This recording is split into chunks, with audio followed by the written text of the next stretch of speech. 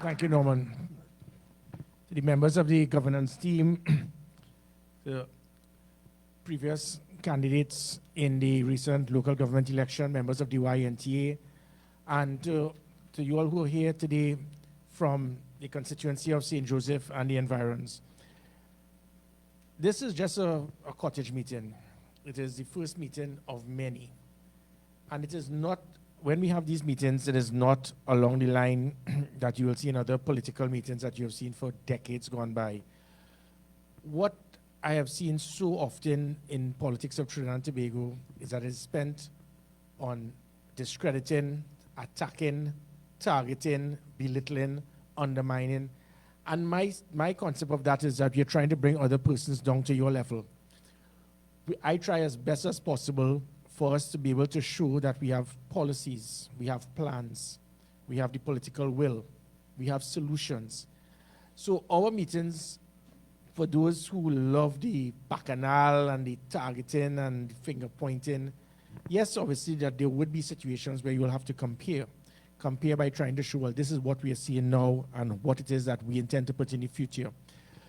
But for so long, that I think has caused the country to be divided. People ask, why has the country been divided? And sometimes it's because of politicians.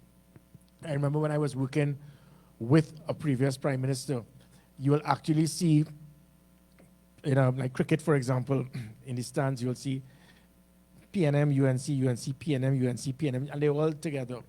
And that's what I noticed, that when it is you have political parties or government and opposition not seeing each other as the enemy, it filters down. When you hold a position on a mic, when you hold the position and you go in a political meeting and you try to demonize other persons, it filters down, and that is what has affected our country. Our country has been so divided because of politics. I intend to do just the opposite. But those who do not know me, yes, I am a soldier. I am trained for battle. I am trained for war. I'm trained to kill. But I'm also trained to unite. I'm trained to build. So the perception when people say that when you're in the military, your job is to fight, not true. 31 of the 45 US presidents all had military service. And that concept of military service has the concept not just of combat, but of trying to unite and make people productive. And that is what I intend to do. So as we go throughout the campaign, you will be hearing things of what we intend to do to develop Trinidad and Tobago. We have something known as a transformational roadmap, and that is going to assist us in good governance, making sure that the country could actually see what we intend to do to transform Trinidad and Tobago. So the NTA is not just about crime fighting. That concept of national security is just an arm of governance. But the systems that are used in national security was able to be able to cause that reduction in crime. We can do that for every single thing in our country: health, education, the economy, culture, youth affairs, sport. All of these things, if it is you use those principles of leadership, accountability, management, and measurement of performance. And that is what we intend to do. So, but yes, we have a cottage meeting, and in a few weeks we will have a political meeting in St. Joseph. And St. Joseph is a very important constituency for many politicians. Who wins St. Joseph wins the election. That has always been the nature of the game. And they will do everything just about a few months before. And then for the next 5 years, well, we already have the seat, we're already in government, or we're already in opposition. I promise you one thing, that we will be here, and we intend to continue to work on building St. Joseph. I have lived in St. Joseph roughly half of my life. I lived in Valsayn North, in Cedar Avenue, for the first 25 odd years of my life. So I've always been a Valsayn boy. I'm a St. Joseph boy. I voted in St. Joseph. I was actually supposed to be the candidate for St. Joseph in 2007 for the UNC until they had the fallout. And then I was a member of the Congress of the People. I was then supposed to be the candidate in 2013 for the People's Partnership when there was a by-election. And there was a concern that because of the votes being split, that if it is that we lost, then I would have no longer be Minister of National Security. And then I was supposed to be the candidate again in 2015 until we knew what happened. So my heart really and truly is strong within St. Joseph. And we intend to do a lot in campaigning throughout the country. NTA is a political party that goes across the length and breadth of Trinidad and Tobago. And the reason I tell you this is that for all the persons here, let me explain this concept of that third constituency. Some of you all here might have been previous or present members of the PNM, of the UNC, of the ONR, of the NAR, or the COP. To me, it does not matter. I have no care or concern about your political affiliation. My care or concern is whether you want to be on board to help us fix the country. And that has always been the problem, because as soon as you get in government, whether you're red or yellow, whatever, half of the country becomes totally isolated. How could that be right? If it is that I have persons here, say half of you all are PNM and half of you all UNC, and then we get in government, say PNM gets in government or UNC gets in government, we must immediately cast aside the other half who can assist in the development of Trinidad and Tobago.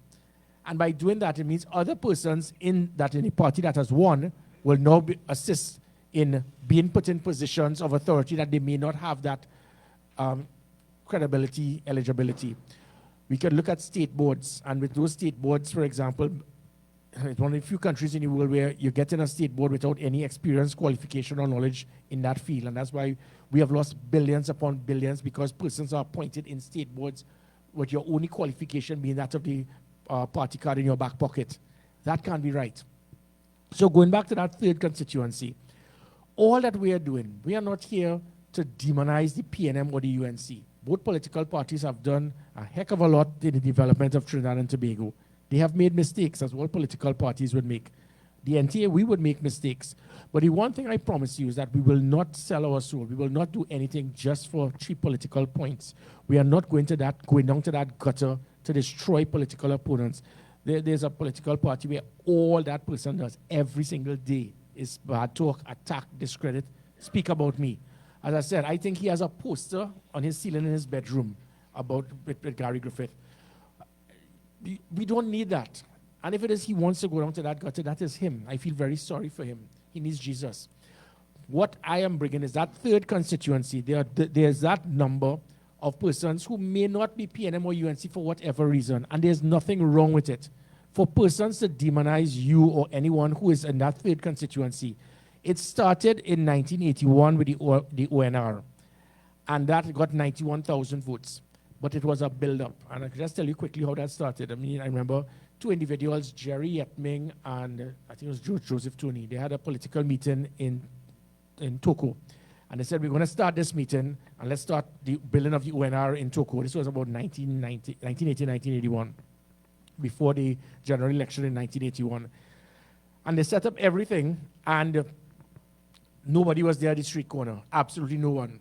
So I read the story well, and it reminds me a lot about politics.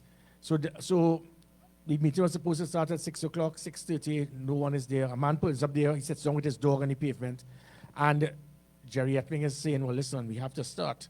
And they said, listen, it's a political party. If we're starting, even though that one man is sitting down there on that pavement, let us speak to that one man, and we could start building something called the ONR.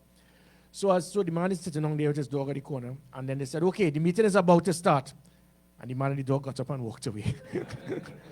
And what happened, they realized, okay, well, nobody is there, but they still spoke, even with no one being there.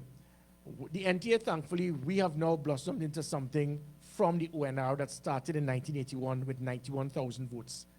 They did not get a seat. 10 years later, it was transformed to something known as the NAR, of which Kamala Persad-Bissessar was part of. They got 127,000 votes. They did not get a seat. 16 years later, or 15 odd years later, it turned into something known as the Congress of the People, 147,000 votes. They did not get a seat. And now that we moved on now to just about 16, 17 years later, taken away those persons from the age of 18 to 30, 35 odd. And that's what I call young voters. And even not 40, 18 to 40. Young voters being in politics, someone who you haven't yet been caught up. Most persons who will be middle-aged or the elderly, they would be sometimes set in their ways, or PNM till I die, or born a UNC and I could die a UNC. And that is your right. I'm not here to attack that. So it means that that third constituency could arguably be about 200,000 now.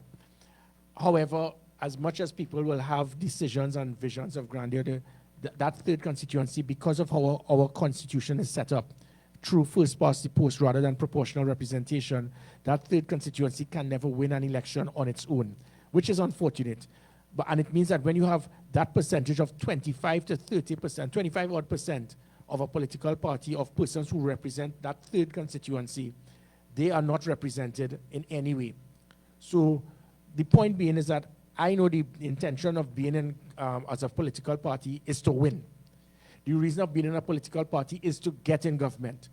My objective here is to serve the citizens of this great country. And the only way we could do that is for us to be in government. So I have to walk a very thin line in making sure that we are not used in any form or fashion, whilst in the same manner, make sure that we are properly represented, and I could make sure that that third constituency is not seen that we are going to be used, and also have full respect for other political parties. So my job is to embrace, to build, to unite, to be productive, not to destroy, not to discredit, not to eliminate. And by doing that, the more we do that, the more we'll be able to do what it is I speak about, which is that transformation roadmap. And that transformation roadmap, we are going to lay it out over the next few months. And it is going to show to the country that the same way I was able to transform what was arguably seen as the worst arm of the public service, which was the Trinidad and Tobago Police Service. When I became commissioner, public trust and confidence in that police service was 14%, 1-4. It was probably the least trusted in all arms of the public service. Within 3 years, it moved to 59% to become the most trusted. People started, they wanted to see police officers. They felt comfortable. Police officers felt good about themselves. 1 year after using those same 4 principles that transformed the police service and got that from 14 to 59%, in 1 year, it went back down to 8%, down to the lowest ever. All the trust was lost. The end result is, as I said, the same way we were able to transform the police service, we will be able to transform every single arm in the public service. Oh, thank you. And by doing that, you'll be able to get what you deserve. The concerns that we have seen for all of these years, they are simple things. And you know, many times politicians, political parties, they push on this word, and I mean, thankfully, we have a very vibrant youth arm of the NTA. But you know, you hardly see political parties speak about the elderly, because to them, they know that they have already set their mind in who they vote for. I don't care. When it is you look at, for example, I'm just throwing a simple example, when we start dealing with the transformational roadmap for health, there are 3 main aspects that cause death in Trinidad and Tobago. One is heart, and I don't want to go into the others. But the point being is that because we have put very little value and concern about those 3 things, our mortality rate will be on the threshold for the average of Trinidad and Tobago. The death rate is about 74 years old. And that puts Trinidad and Tobago just about 90-something in the world, which is just about half. There are other countries in their 50s as the average death rate based on famine, based on civil war, or whatever. And there are other countries, such as in Asia and in Europe, where it is that the average rate for persons' life expectancy can be close to the 80s. We can do that. We can lift that up. And by lifting it up, it develops Trinidad and Tobago, rather than having our persons die at a much faster rate. And those are the simple things that I speak about. 3 simple things, 3 avenues. Because, for example, we know cholesterol is our main concern for so many citizens in this country. Because we love the curry, we love the everything. We clog up all our arteries, and then the persons who do not have the capability to spend $150,000 to go to the West Shore, the St. Clair Medical, you then have to wait in line for several months before you have that opportunity to clear your arteries. By that time, you're either dead, or the damage has been done so much to your heart, you're not going to spend much time. And this is a country that is not that poor. And my point is that when it is we spend so much money in things that can either easily be diverted towards the benefit of Trinidad and Tobago. I did it with the Trinidad and Tobago Police Service. During a period of COVID, when it is the police service needed as many assets as possible, the budget was cut by $300 million. Yet during that period, everywhere you turn, you were seeing a police vehicle, because we had a rapid response. We had a high visibility. It ensured it was the highest reduction in violent crime in 17 years. And it wasn't by chance. The same thing that I did as the Minister of National Security, it was the highest reduction in serious crime in 31 years. We can make Trinidad and Tobago safe again. I didn't say great again, I said safe again. So we can make Trinidad and Tobago safe again. We can make St. Joseph safe again. You want a better St. Joseph? Thank you. You want a better St. Joseph, we are going to provide the tools, the systems. So, and as something as simple, I don't want to spend too much time because I want to open the floor. The reason why we call it a cottage meeting is really and truly to get the input from persons on the floor. So I don't want to speak much longer. I just want to show that the same systems that we used that made persons feel safe. The one criticism I got as Commissioner of Police is that people said they were seeing too many blue lights, too many sirens. It can transform. I did a lot of homework with the NYPD, with London, the London Metropolitan Police, and put in training in public relations, in use of technology, systems to measure the performance of the police service to ensure that the rogue police officers can be removed or they knew that they will be checked so that they started adhering to what is responsible, to making sure that they can respect and understand who is their boss, which will be the citizens of this country. So that is what we can do. It was not difficult. Unfortunately, just before I close, that is where it is the negative of politics come in. Because Gary Griffith established it, they shut down the National Operations Center, the Operational Command Center, the Commissioner's Command Center, GPS tracking on the police vehicles, the Emergency Response Patrol, the Special Operation Response Team, the Social Media Monitoring Unit, the Gender-Based Violence Unit, body cameras, tasers, pepper spray, public relations training. I could go on and on with over 100 different policies. They pulled the plug on all. And that plug was pulled specifically because another political party or someone who is not in our party did it. That has to change. Anytime we keep shutting down and dismantling something that was done because they are on the other side, we have totally missed the point as to who is the enemy. The enemy are not those who are on the other side of the political bench. The enemy is not that individual who has a different party card. The enemy are those individuals who deprive you of your most fundamental right, which is that of safety and security. That is your most fundamental right. So when you hear a prime minister saying that, quote unquote, all they're talking about is crime, crime, crime, crime, crime, and that is sad because that is your most fundamental right. So you must talk about it. And if you're unable to adhere to providing you with your most fundamental right, then you have failed. And you have failed because you have divided the country. You have failed to understand 21st century policing. You have failed to understand intelligence-driven policing. You have failed to understand predictive policing. And as I said, those same principles and systems and tools we can do to change every aspect and element in the public service. So we intend to show it to you. This is not talk. You would have seen it with how the police service was transformed. I did it similar to a Minister of National Security in the transformation and the improvement of the defense force, the immigration, the fire services, the prison services. It is time now for us to transform Trinidad and Tobago in the same way we transform every aspect of national security.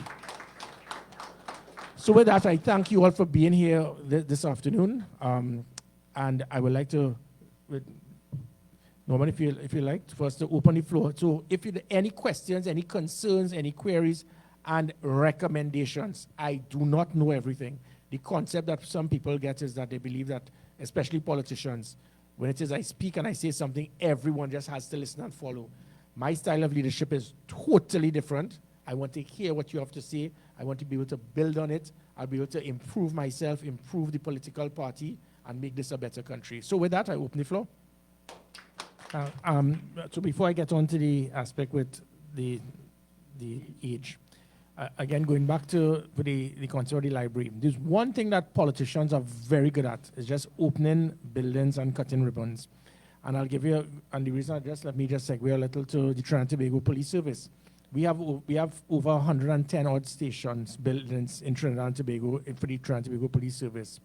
And that is for 7,000 police officers to deal with 1.4 million.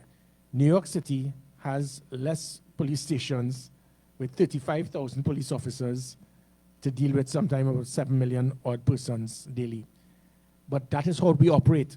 Because there's this perception that every time there's a crime at a corner, you have to build a police station. That is the banana republic type politics. So when I heard recently the Prime Minister said Gary Griffith shut down Blanchard Station, apart from the fact that he was a liar, I never did. That station had one person came to make a report in 3 months. One person in 3 months. But what we had were 15 police officers inside the station. And the point I'm driving at is that there's always that perception with politicians. Let's find a building, get triple the price, talk to my contractor partner, fix up on the inside, cut the ribbon, and we'll look good. Whether it is a police station, whether it is libraries, whether it is schools, or whatever. And That is not necessary.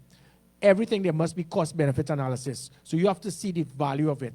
And again, as you pertain to library, the first thing that persons will want to hear me say is, well, there's no benefit to that. Of course there'll be a benefit to it. But with cost-benefit analysis, the number of libraries that you build in relation to how often it is going to be used, especially in this era of technology with young persons, with the utilization of Kindle and these things. How many people will really be going, you need to build so many libraries. Many of the times at libraries right now, it is something that can be used. I mean, even though schools will have it, and it is something that is beneficial. Did we do enough research to ascertain the value of it, or how many is being built in relation to the demand? And that is all I'm speaking about as it pertains to that, because as I said, governments, they love to try to find things to build, to cut a ribbon, and to get that market price. When we remove the cost, every single police station that you build, like for example, there's a police station that was built in Caranage, and the size of that police station, you could have probably hold about 50 police officers, but you'll have no more than about 5 to 10 at any one time.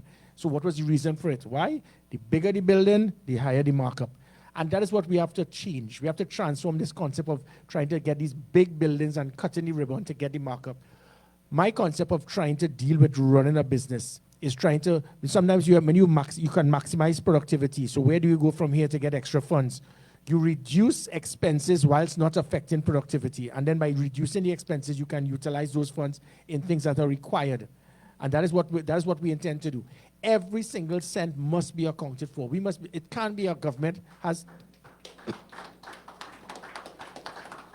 It cannot be a government just having every Thursday cabinet notes come in and different ministers just come in with a wild idea out of the blue that you never prepared for it before. And that is why when we speak to you all about this transformation over a 5-year period, we are going to, there's something called a manifesto, which is a glossy thing to impress citizens to believe we're going to build this hospital, we're going to build this road, we're going to build this, these buildings, we're going to build these police stations. And you say, oh, it's good. But yes, but what is the value? Did we do that cost-benefit analysis to ascertain whether you're going to get value for it based on it? And that's why I give you, again, going back to NYPD, how many, when you all go to New York or Miami, how many times you see a police station? Think about it. People no longer go to police stations, It's now a delivery service. That is why when we put online reporting, app reporting, they have to come to you. All of that was scrapped. Now you have to go back. Remember, in fact, it was this St. Joseph police station. You don't know where the station is? You don't go to a station, duh. So the police officer who said that was based on the hierarchy taking away the online reporting. So if you have a situation, somebody breaks into your home, you call 999, they come to you. You have a situation with domestic violence, you make a report, and the gender-based violence unit, they come to you. You don't go to the station anymore. That is old-time policing. But here in Trinidad and Tobago, I'll give you a simple example. There's an incident that can take place by, say, King George V Park.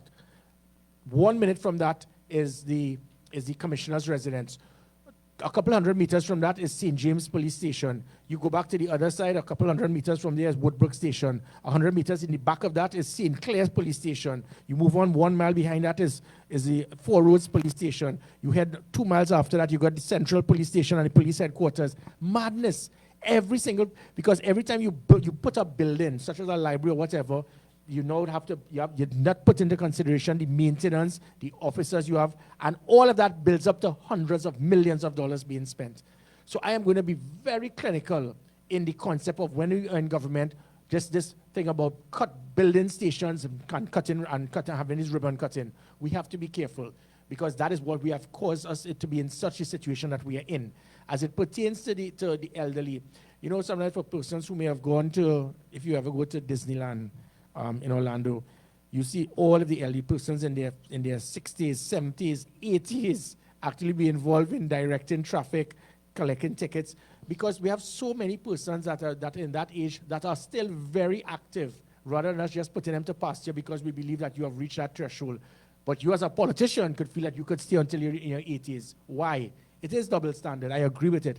And that is where I will definitely welcome and appreciate that concept of that discussion to ascertain where it is that we can start to shift the goalpost to the point that there's a saying I always say that you can't be half pregnant. You can't say you as a politician who is a public servant, it is my right to stay until I reach my 70s and then get a 33% raise, whereas other persons, you could only get a 4% raise, But as you reach that point and that threshold, you have to automatically go and just get a pension and stay home. No, I think that is where I intend to spend a lot of time dealing with this concept of senior citizens, elderly persons, persons with that degree of experience that have a lot to give to this country still. So for persons who are in their 60s, 70s, 80s, I will be coming out to you because I think that you still have a lot to play towards the development of Trinidad and Tobago. Thank you, Russell. Fiery words there. So, yeah, and I think anyone, well, the vast majority of the country would admit that this government has failed. They failed miserably. And what they do, I mean, and I said the reason for the division, it is all based on leadership. How a leader operates is how the rest will, the majority will operate. And when you get a prime minister as political leader, every time you know when he's about to trip, he just starts shifting, and he starts bubbling, and he gets so angry, and his hatred, his bitterness, his anger, it just spits out. And he spends all his time on a platform. I mean, during the local government election, good, my ears were ringing. It was Gary this, Gary that, Griffith that, Griffith that, Griffith that. Yeah, so I've been in court a few times, and he will go on the witness stand, and I'll get lots of money from him for defaming my name, fine. But is that what we really want, to hear a prime minister saying the nastiest things about persons? And unfortunately, I mean, I'm not here to defend the opposition, but I'll give you a simple example. Everything you speak about is Rishmi. Let me tell you something. The Rishmi Ramnarine situation was an error. But as a politician, what happens when you make an error? You must immediately rectify it. You don't cover it. So when he speaks about Rishmi Ramnarine, this was a mistake made, granted. It lasted 24 hours. She didn't even have time to get into the office. Now compare that to Fitzgerald Ethelbert Hines. The biggest failure is any minister in the history. And you have deliberately kept him there. And regardless of what, Rishmi Ramnarine is probably James Bond in comparison to Fitzgerald Hines. But you keep him there because because you all say that and not moving him. That is what we don't want. We need to have politicians who are willing to say, I'm sorry, I made a mistake, I am willing to rectify. But when you want to double down, it shows your arrogance. And that has been the problem with Trinidad and Tobago's politics. Instead of politicians listening, understanding, observing, changing, apologizing, that has been their problem. So what they have done is show that it's we time now, we are here and not changing nothing. You all don't want him, it's now we're keeping him. Which again benefits the NTA because the longer Fitzgerald Hines stays every single day, we get extra votes. So it has been beneficial to us politically. But for survival of this country, the country is drowning in blood. So you would have seen it in every single thing that they would have done. And as I said, and there are simple things that could be done. You say that, for example, under public utilities, everyone has to cut off using their hose now because it is now illegal. Granted, the situation. But what would have caused that? Bad management. I could stay right here and driving from here to my home a few miles from here. I am going to find 3 or 4 leaks with water running down by thousands of gallons per day being lost. And by that happening right there, and there's no system for the country to be able to say, let us contact. Who do we contact? What is the hotline? And have it dealt with immediately. So that is what I will do. As a prime minister or somebody senior in government, the same way I did it with, you have a serious problem, call 482 Gary. Call me directly. I will deal with it personally because I want to make myself accessible. People all over the country will be seeing leaks all over with a road, a burst line, whatever, and nobody knows who to call. You're not going to call Ghostbusters. So you go now, and the water is running, and thousands of gallons of water being lost in and when you multiply that by the hundreds of leaks, you're talking about millions and millions of gallons being lost because of incompetence. So the first thing you do is to just say, right, just everybody stop using the hose. And that is the point where I intend to make sure that the ministries must ensure that there's accessibility to rectify situations. The one thing that the government can do, remember everything is a budget, it's income and expenditure. The only thing that this government could do is to tax their way out to balance a budget. That is all. There's nothing out of the box that they could think of trying to find a way to get extra income or to reduce expenditure whilst not affecting productivity. And that is incompetence because you can't run a country by just trying to tax your way out of the problem and then hope that the country didn't riot yet. So it would have been seen that this government, yes, they've been weighed, measured, and found wanting. What we intend to do is to show, Russell, that this is not just about they being incompetent and we want to get in there. We intend to show what are the solutions that we have to make sure that the country can be improved. Thank you. Yeah, so as we go into, thank you, and again, so going, as I mentioned, pertaining to the 3rd constituency, the unfortunate thing, as I said, we may very well have 200,000 votes right now, but because of the situation of the first past the post, it is always going to be very difficult. The Congress of the People, I was in the Congress of the People, and we actually felt even the country figured that that political party, I think it was 41 of the best candidates the country ever saw. We had the policies, we had the plans, we had the political will, and the country knew that. And I am a realist because, as I said, I was trained in the best military academy in the world. I've been trained not just to fight battles, but politics is a war without firing a shot. Politics is also an art of war. And even though I was in the military, I was involved in situations with the IRA when I was at Sandhurst. We had to look under our vehicle to see if there was a bomb. I was the youngest officer that was in Trinidad and Tobago serving in the defense force during the attempted coup. I was in the United Nations for 6 months serving with Haiti. There were 43 death threats to me and my family whilst I was Commissioner of Police because I was taking the fight to the criminals. What I did notice, however, is that it was actually more dangerous being a politician than being a soldier or Commissioner of Police, because as a politician, you'd never know who's going to stab you in your back. So that is the unfortunate thing of being at least when you're in the army and the police, you know who the enemy is. With politics, you never know who the enemy is. The enemy could be right there as a Trojan horse in your camp. So we are very careful as to the persons we associate ourselves with. But as I said, the concept of that word alliance is that I am not. You see, we say the government, but then after the word will be thrown the PNM. But there will be 200,000 odd persons who are that's a base of the PNM and the UNC. That is not going to change. It'll never change. And so my point is, you could bring Gandhi for the PNM into Caroni, you're going to lose. You could bring Barack Obama into Port of Spain for the UNC, he will lose. It doesn't matter. It doesn't matter. That's where you put the crapo and you're going to win the seat. So the PNM and the UNC have a base, and I'm not here to criticize those persons. If you feel that your right is to say, I PNM till I dead, or UNC, born a UNC or I die or UNC, I can't fight that. That is your right. I am here to win over the hearts and minds of those persons in that 3rd constituency who are independent thinkers, who are saying to themselves, I want change, I want positive change. And if it is that I'm seeing it from a 3rd party, so be it. But for us to be able to get into government, to be able to provide you with the things that I did as commissioner, that I did as national security minister, it may only take place with some type of strategic alliance. I give you the promise with one thing: I'm not going to sell my soul to get into government. And you would have seen that. I would stand by certain principles. We saw what happened in 2010 to 2015. Let's be honest about it. So, fact one, if at any time there's a strategic alliance with political parties, the PNM is going to be removed. So that is fact.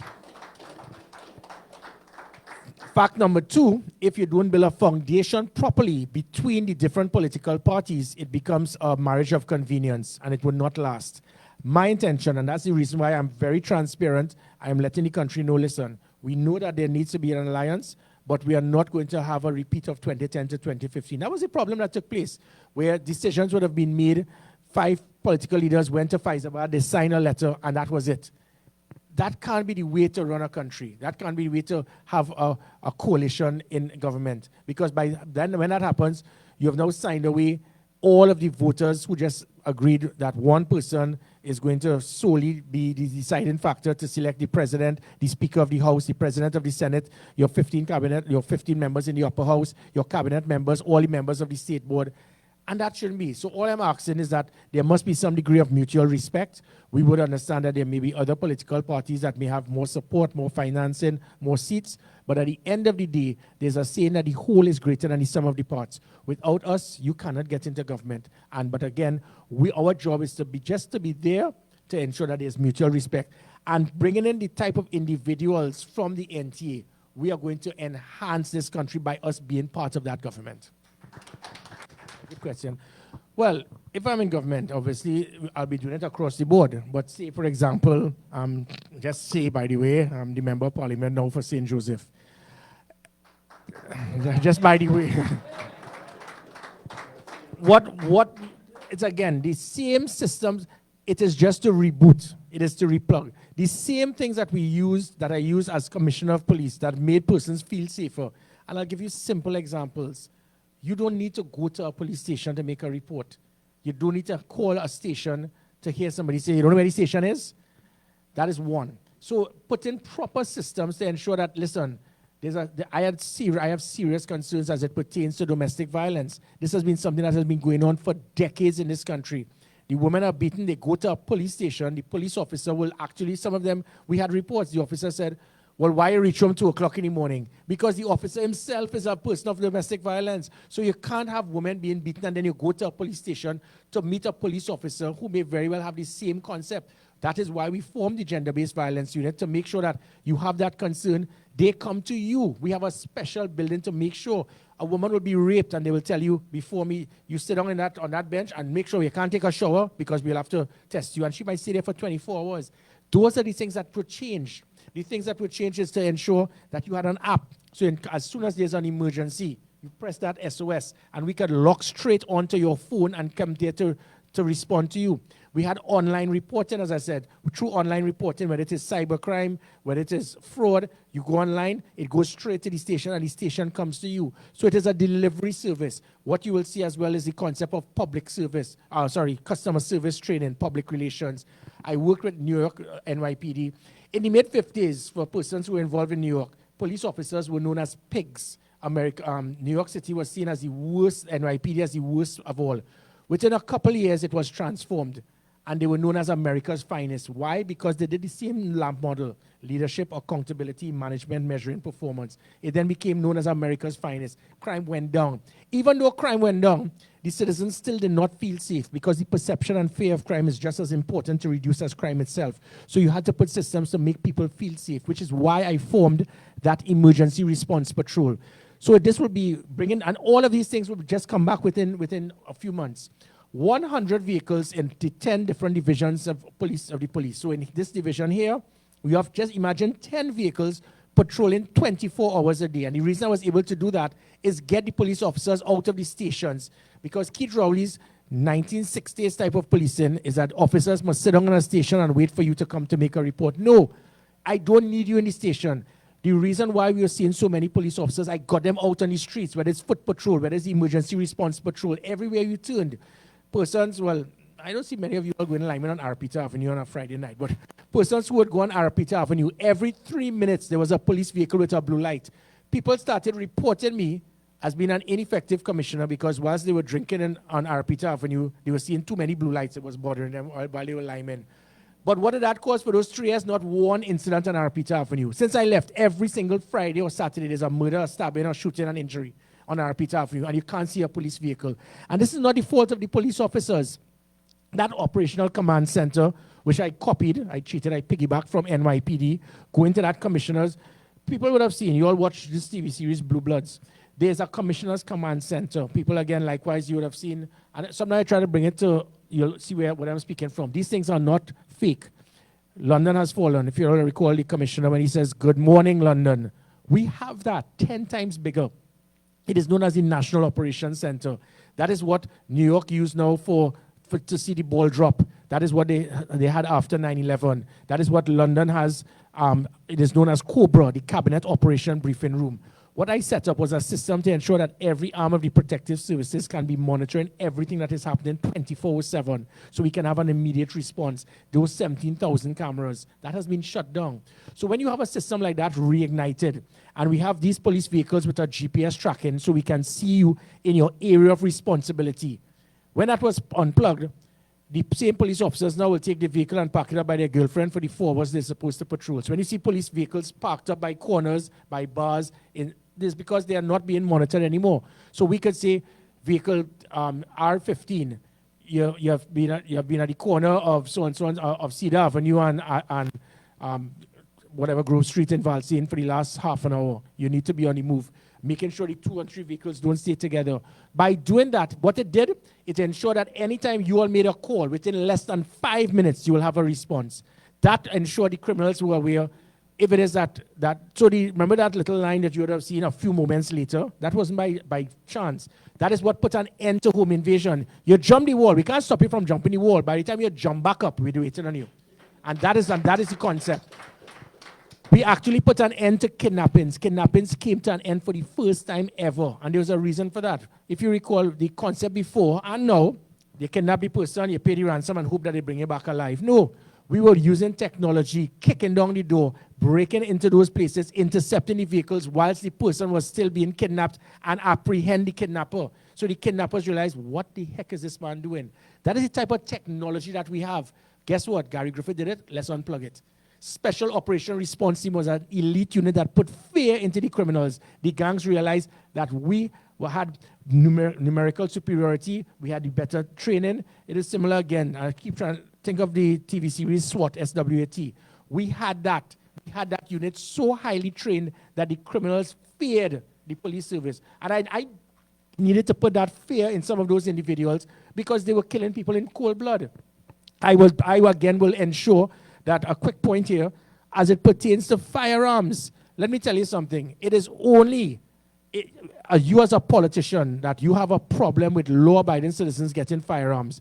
And in my firearms that I issued 6,000 firearms. 3,000 were to police officers, fire officers, prison officers, customs officers, immigration officers, soldiers, sailors, persons who need it because when they leave their job, they are now targeted. And the other 3,000 would have been to hard-working persons, businessmen, hunters, persons who need it.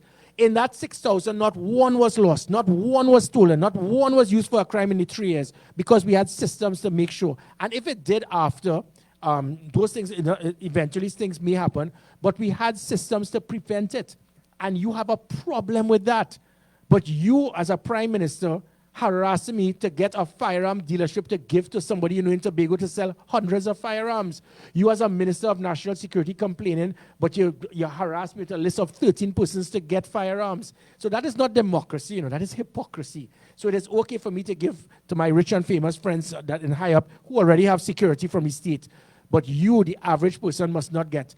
The concept that I had is not to give a firearm to each and every person, as we see in many cities in the United States, but to make sure that if that person has the capability to defend himself, if the state is unable to defend him, I am going to provide that for you. And the focus should not be on trying to prevent law-abiding citizens from getting firearms, but the focus should be on 99.9% of murders committed by firearms in the last 10 years have been by illegal firearms that you have done nothing to put an end to. And that's a good question. And again, it goes back to those principles. Many of you all may have gone to different cities. Let's look more of places in Illinois, in Carolina. What is the reason that when you go to those places, you're not seeing an empty water bottle on the ground? You're not seeing anybody breaking the speed limit. It is because they are aware that there are systems and you have to be put in check. So the same individuals in Trinidad and Tobago, you will make sure your safety belt is on. You will not have your phone on while you're driving in Miami. As soon as you land in Trinidad, you're going to do it because you feel that there are no systems for consequences, and you know that you can actually operate along the concept of criminological theory where crime is a product of opportunity. And that's where, if it is that you put systems to make sure people can be measured, they will do it. And the reason I said that is I want to relate now to what you just said, because it goes right back to accountability. If you know that you are responsible as a member of parliament for a constituency, and you have a responsibility, what as your member, what excuse you could have? No, I could grant it. If you are a member of parliament in opposition, and you don't have the tools and the resources and the capability, but you are a member of parliament in government. That is what your member of parliament is right here. He's a member of parliament in government. He has all the resources because what it is, it's a phone call to call the relevant Minister of Works and Transport or the Minister of Public Utilities to get that sorted out. And that is what I intend to do because I'm definitely not going to be a minister. So again, even when I was a Minister of National Security, I was in the upper house. But anyone who had a concern, and that is what the ministers will do. They have a concern pertaining to a crime situation in an area. They will contact me as the Minister of National Security, and I will fix it. So if you're in government as a member of parliament and you could see something like this happening, it means you just don't care. But you know why? Because we're in it already. We catch them. It's a marginal seat, but we're in it for the next 5 years. I don't have to waste my time. I gave the country my phone number if you had any concern. And I promise you, in St. Joseph, each and every resident in St. Joseph, every single citizen in St. Joseph will have my phone number. I was in this constituency for the first 25 years of my life. And I'll be spending the next 5 very soon, spending time to fix St. Joseph. And that's a very good question. So, for example, when you have this budget, we have a budget of 50, 60 billion. I could tell you that at least 10 to 20% of that is based on incompetence.